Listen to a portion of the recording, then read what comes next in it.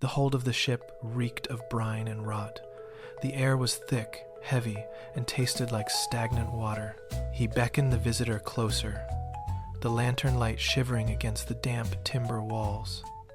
He pointed to a wine barrel in the center of the floor. Inside, curled into a tight, impossible spiral, lay a massive, severed tentacle. It was thick as the mizzenmast. Each sucker was wider than a dinner spoon, rimmed with jagged, hardened rings that looked ready to tear through iron. The visitor leaned in, then recoiled. The flesh was not decaying like a fish. It was dense, rubbery, and pulsed with a faint, oily sheen. This was no ordinary specimen dragged from a net. It was a fragment of a nightmare that had clawed at their hull. A piece of something that should not exist. The man holding the lantern didn't look at the visitor. He stared at the barrel. His fingers tracing the edge of the wood, his hands trembling. He knew that whatever this had been attached to was still out there. Waiting in the dark, and it was far larger than the ship itself. The news reached the West African coast before the ship had even finished docking. It did not arrive through official logs or manifests, but in the frantic, hushed tones of men who had seen the impossible. Within a week, the docks fell unnaturally quiet. Cargo sat rotting on the wooden piers. Untouched by the usual swarm of laborers, sailors gathered in the dim corners of coastal taverns, their eyes fixed on the horizon, refusing to sign on for any voyage that dared to venture beyond the sight of land. The whispers traveled faster than any trade wind, weaving a tapestry of dread that choked the harbors. Merchants shouted, gold was offered, and threats were leveled. But the men remained resolute. They had heard the descriptions of the suckers, the thickness of the flesh, and the sheer scale of the nightmare pulled from the deep. A collective paralysis took hold of the coast. To leave port was to invite a confrontation with the unknown, and for the first time in memory, the lure of profit could not outweigh the primal instinct to stay on solid ground. The sea, once a highway of commerce, became a forbidden expanse, feared more than any storm. 3 years passed in the shadow of those coastal fears. By May 1874, the world had begun to move again. Though the ocean remained a place of deep, unspoken caution, the steamer Strath-Owen cut through the glass-like surface of the Bay of Bengal, its engine rhythmically churning the water into a white wake. The air was warm, smelling of salt and distant rain, and the deck was busy with the routine of a long-haul voyage. Officers checked their sextants, coal shovelers wiped soot from their brows, and the helmsman steered a steady, predictable course toward the horizon. The water was unnervingly still. It stretched out in every direction, a vast, flat expanse of deep blue that offered no warning of what lay beneath the keel. The crew moved with the ease of men who believed they knew the sea, unaware that they were sailing directly into a graveyard. The ship pushed forward, a speck of iron and steam in a silent, ancient basin. While the depths below remained perfectly, dangerously still, there was no turbulence. No sign of life, just the mechanical thrum of the engine driving them toward a point of no return. The sun began its slow descent, painting the water in hues of bruised purple and gold. On the bridge, the rhythm of the voyage remained unchanged until a sharp, frantic cry rang out from the crow's nest. The lookout pointed toward the starboard horizon, his arms shaking. A silhouette emerged against the fading light, listing heavily in the swell. It was the Pearl, a schooner that should have been miles from this path. The calm atmosphere on the Strath-Owen shattered instantly. The officer of the watch brought his glass to his eye, his knuckles white against the metal. The schooner was dead in the water, its sails hanging in tattered ribbons. There was no sign of activity on its deck, no movement, only the erratic bobbing of a hull that had lost its fight with the current. Orders barked across the deck, cutting through the sudden, heavy silence. The engine room signaled for more steam as the crew scrambled to the rails. They were no longer observers of a quiet sea. They were responders to a desperate, unfolding disaster. The Strath-Owen banked hard, its prow cutting a sharp, urgent line toward the crippled ship, leaving the safety of their previous course behind. The gap between the vessels narrowed, but the sea ahead of the Pearl remained deceptively vacant. The crew of the Strath Owen leaned over the railing, waiting for a sign of life. But the schooner acted as if it were tethered to the seabed. Without warning, the Pearl surged forward, then slammed into a wall of nothingness. The impact was audible, a dull, heavy thud that traveled through the water and rattled the iron plating of the steamer. The schooner shuddered, its masts swaying violently as the hull buckled against an invisible barrier. It did not drift, it stopped dead. Water began to churn around the bow, foaming white as the vessel listed sharply to the port side. The deck tilted, sending loose cargo sliding into the sea with a frantic, metallic clatter. Within seconds, the stern rose, exposing the rudder to the air, while the bow plunged downward. The Pearl groaned, a deep, structural scream of wood giving way to impossible pressure. The ocean rushed into the breach, dragging the schooner into the dark, churning depths. One moment, it was a ship. The next, it was merely debris and bubbles rising to the surface, leaving the Strath Owen to drift in a sudden, haunting silence. The rescue boats cut through the oily water, pulling shivering survivors from the debris field. Among them was Captain James Floyd, hauled over the gunwale of the Strath Owen, his lungs burning with swallowed brine. He collapsed onto the wooden deck, hands clawing at the planks as if the ship beneath him might also vanish. When the sailors tried to steady him, he pushed them away. His eyes fixed on the horizon where his vessel had disappeared. He spoke in jagged, breathless sentences. He described the minutes before the catastrophe, claiming he had seen a dark, sprawling mass resting directly in their path. He had studied it through his glass, dismissing it as nothing more than a dense patch of floating seaweed. He admitted to his crew, his voice cracking with disbelief, that he had ordered the ship to maintain speed and plow straight through. He expected the mass to yield, to part like vegetation under the pressure of the hull. Instead, the impact hit like iron against a mountain. He gripped the railing, his knuckles white, and whispered that the mass had felt solid, immovable, and cold. He had been wrong.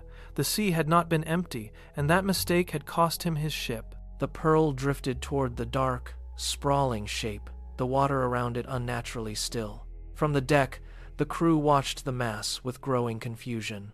It did not drift with the current.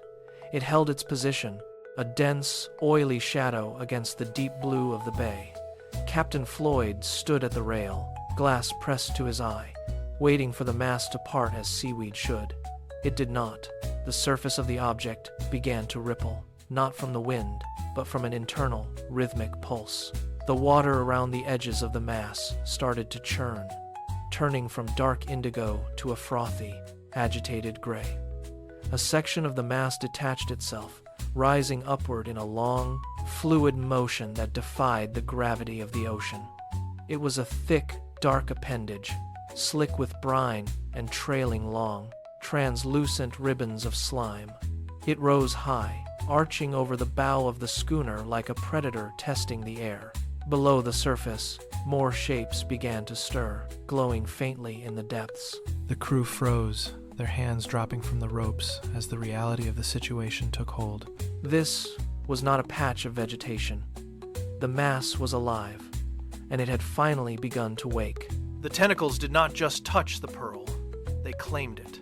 Thick, rubbery coils surged from the depths, looping over the gunwales and pulling tight against the hull.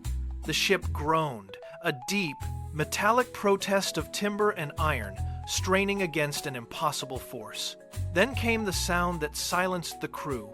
It was a sharp, explosive crack, loud as a cannon blast, as the main support beams gave way. Splinters of oak flew across the deck, jagged and lethal. The creature tightened its grip, and the schooner tilted violently to the port side. Every plank seemed to scream under the shifting weight. Sailors were thrown off their feet, sliding across the slick, wet wood as the vessel buckled inward. The rhythmic pulse of the creature was now felt through the very bones of the ship, a vibration that shook the masts until they rattled in their sockets. Water began to spray through the widening fissures, cold and pressurized. The deck was no longer a platform, but a trap. With every heave of the ocean, the creature squeezed, and the sound of the ship disintegrating became a deafening, rhythmic roar of destruction that drowned out every frantic shout. The deck tilted at a sickening angle, tossing men toward the encroaching dark. From the churning water, two more appendages whipped upward, moving with a speed that blurred the air. They did not strike blindly. They swept across the quarterdeck with surgical precision, coiling around the first two sailors in their path. The men were lifted instantly, their boots leaving the deck as they were hauled toward the rail. One sailor grabbed a rigging line, his knuckles white, but the force of the pull snapped the rope like thread. They clawed at the creature, their fingernails scraping against the rubbery, thick hide. But the surface offered no purchase. It felt like tearing at wet, hardened stone. The creature did not even recoil from their strikes. It simply tightened its coils, pressing the men against its impenetrable flesh until their movements slowed. Their frantic, desperate gasps were cut short as they were dragged toward the abyss. Below, the remaining crew stood paralyzed, watching the struggle. There was no way to reach them. The creature's skin was slick, cold, and entirely indifferent to their plight.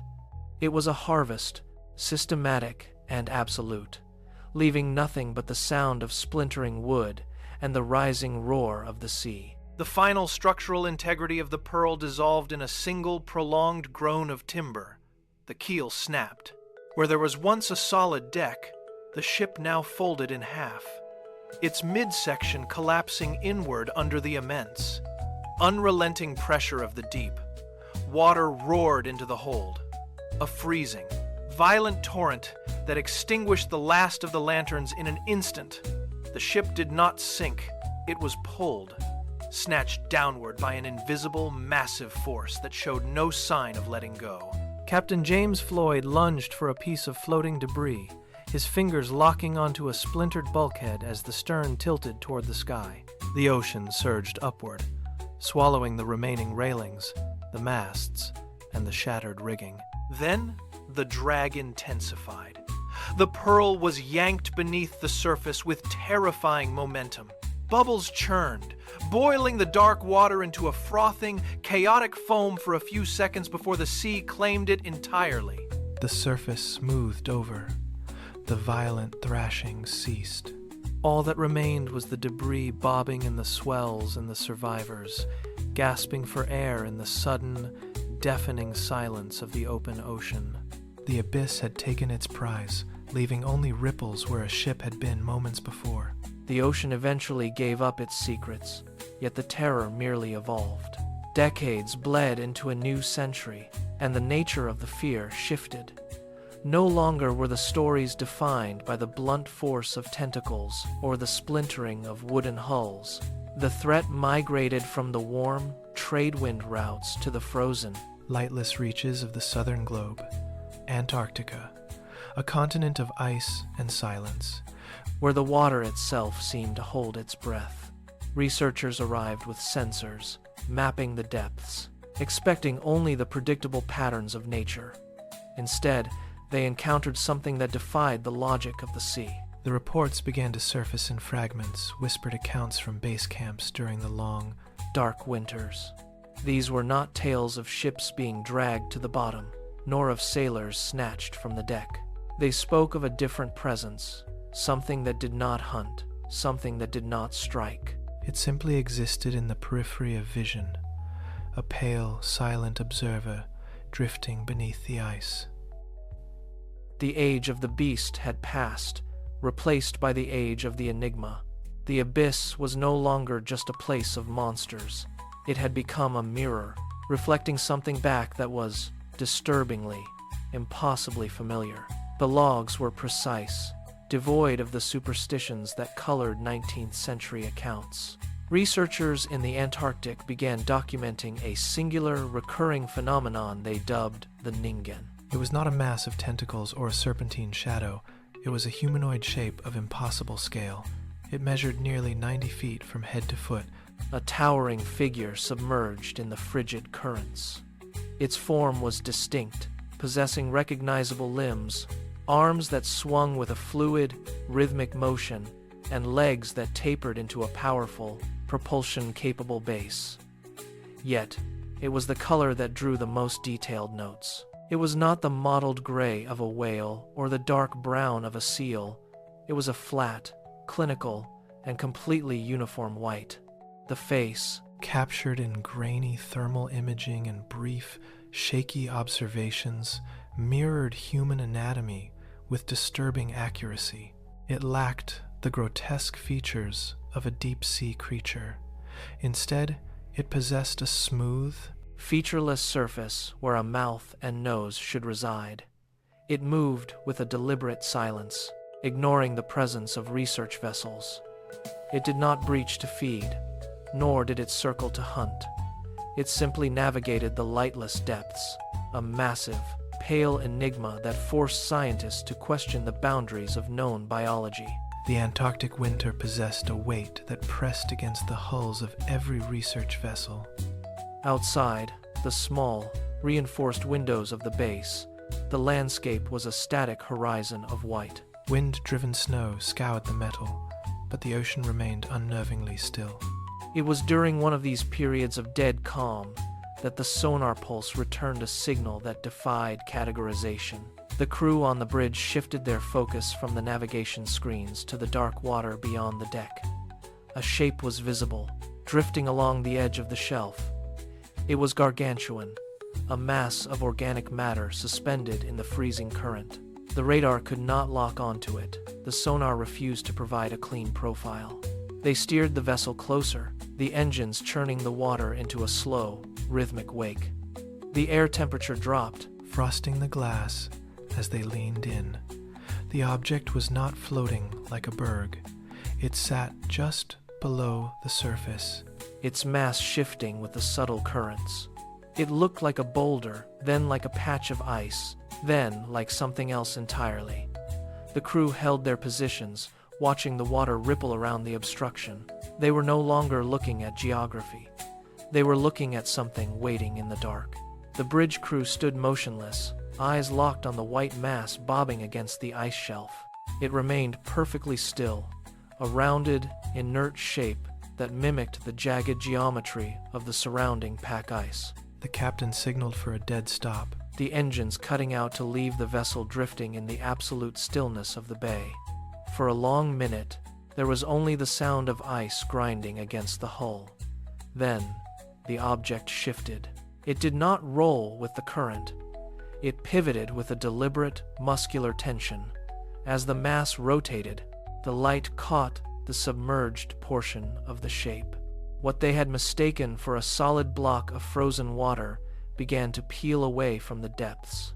A thick, pale surface emerged, sliding through the frigid water with a greasy, fluid grace. It was not jagged or crystalline. It was soft, organic, and vast. The crew stepped back from the rail as the water began to churn. The object was unfolding. Beneath the surface, the structure of the mass changed, revealing a dense, fleshy curvature that defied the physics of a simple iceberg. It was alive, and it was beginning to wake up. The water cleared as the creature fully extended. Two massive, pale limbs pushed outward, displacing tons of water with a slow, powerful thrust. They were unmistakably arms, long and thick, ending in rounded appendages that drifted in the current. Below them, a second set of limbs kicked against the abyss. The scale was impossible, nearly 90 feet of pale, translucent flesh suspended in the freezing dark. The crew watched, breath caught in their throats as the mass turned toward the ship. The top of the form breached the surface just enough to reveal a face. It was white, smooth, and utterly devoid of hair or texture. Two dark, hollow voids sat where eyes should be, and a slight, slit-like indentation marked the mouth. It was a perfect, grotesque mirror of human anatomy, blown up to a towering, alien proportion. The captain gripped the railing until his knuckles turned white. No one spoke. The sound of the ship's generator seemed to vanish, replaced by the sheer weight of being observed by something that possessed a human structure, but none of the humanity. It did not threaten. It merely existed. The crew stood frozen, staring into the face of a nightmare that walked the depths. The silence on deck tightened like a wire. No one dared to exhale as the massive, pale form drifted just inches from the hull. There was no sound of shifting water, no rhythmic slap of limbs against the surface, and no turbulence from the creature's immense weight. It simply hung there, a mountain of white flesh suspended in the freezing brine. Then, without a tremor, it began to sink. It did not dive. It did not splash. The surface of the water remained as smooth as polished glass as the creature slid downward, its pale limbs retracting into the gloom. It moved with a terrifying, liquid ease, as if the ocean were opening itself to receive the visitor. The crew leaned over the railing, searching for bubbles. For a wake, or for the frantic thrashing of a creature returning to the depths. There was nothing. The water did not even ripple. Within seconds, the pale mass was gone, dissolved into the black, crushing pressure of the abyss. The ship drifted on, alone in the vast, empty expanse. The lack of a splash was more haunting than any roar could have been. It left no trace, no wake, and no explanation, leaving the crew to stare into the dark, churning nothingness that had just swallowed a nightmare. The deck remained deathly quiet long after the water smoothed over. Sailors stood clustered at the rail, their eyes locked on the spot where the pale shape had vanished. They were not looking for a monster anymore. They were looking for the gaze. A heavy, suffocating pressure settled over the ship, a weight that had nothing to do with the freezing air. It was the distinct, gnawing sensation of being watched from beneath. Every man on deck felt it a prickling at the base of the neck, an intuition that the eyes they had seen in the water were not merely physical, but cognitive. It was as if the creature had peeled back the layers of their defenses and taken stock of what lay beneath. They felt exposed, stripped of their purpose, and fundamentally understood. One sailor turned away, then stopped, unable to shake the conviction that the abyss was still evaluating him. There was no terror in the sense of an imminent strike. There was only the cold, piercing realization that they were being analyzed by something that possessed a terrifying, alien intelligence. They were no longer the observers of the deep. They had become the specimens, held in a silent, unwavering focus by a presence that knew exactly what they were. We live in an era of engineered deception. With a few keystrokes, a processor can manufacture a Leviathan from thin air. We watch screens with a jaded eye, assuming every anomaly is just another layer of silicon-based trickery. Our skepticism is our armor. We demand proof, we dissect pixels, and we categorize the impossible as a glitch in the rendering. Yet, this modern detachment stands in stark opposition to the world of the 19th century. In that time, a captain's word was his life. To stand before a board of inquiry and describe a creature from the abyss was not a pursuit of fame or viral notoriety. It was a path to professional suicide. A man risked his reputation, his command, and his livelihood on the strength of his own eyes. There was no digital buffer between the witness and the truth. When a sailor spoke of the sea, he staked his existence on the reality of his experience. Today, we dismiss the tales of the past as folklore or hysteria, safely tucked behind our screens. We have traded the raw, terrifying vulnerability of the witness for the hollow comfort of the skeptic. We believe nothing, and in doing so, we ignore the weight of those who once lost everything just to tell us what they saw. Why do these accounts persist? Separated by oceans and over 100 years of human progress, the records are stark. A captain in the 19th century, facing the ruin of his career, describes a dark mass that encircles his hull. A researcher in the Antarctic winter, working in the silence of total isolation.